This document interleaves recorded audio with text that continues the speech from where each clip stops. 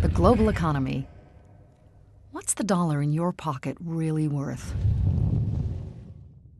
We all know who the world's biggest economy is. In fact, US GDP is bigger than BRICS economies, Brazil, Russia, India, China, and South Africa put together. If we look at the red tower, we see that China is the richest of all BRICS economies. What happens if we flip that data to GDP per person? China moves down because of its massive population. And the USA is still the biggest by far. But for how much longer? Are the BRICS economies catching up with America? How does the situation look if we flip the data and look at it from a different angle?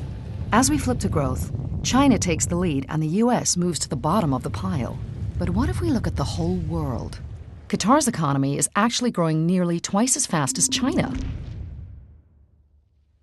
So we know who's got cash, but who's got the smarts?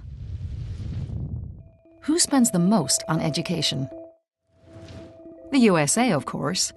As the guy on our $100 bill, Benjamin Franklin, said, an investment in knowledge pays the best interest. Or does it? Let's flip the data to see who's got the highest rated education system. America comes in at 5th place, with New Zealand taking the top spot.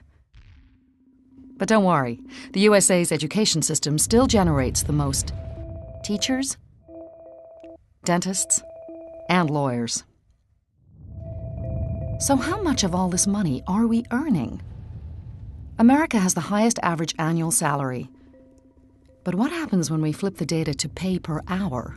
The Netherlands, with their shorter working week, actually get paid more. And the BRICS? Their economies may be growing fast, but their wages are still low. But a wage is only worth what it can buy. How many hours do we have to work to buy the things we want? How about a restaurant meal for two, represented by this wine glass? If you want to eat out in Russia, you're looking at nearly a whole day's work. What about a movie ticket? You might be paid a lot less in India, but you only have to work as hard as an American to earn enough to see a movie. Or a taxi home. Americans have to work harder to take a cab than any BRICS nation, except Russia, who seem to get a raw deal on everything. Or do they? Who's legally entitled to the most paid vacation days?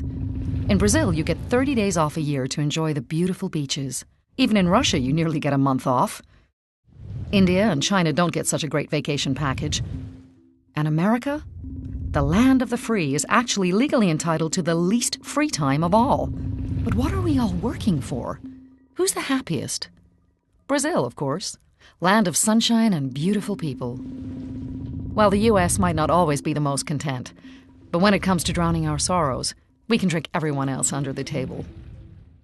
Stay on top of the world. Financial Times. ft.com/graphic world.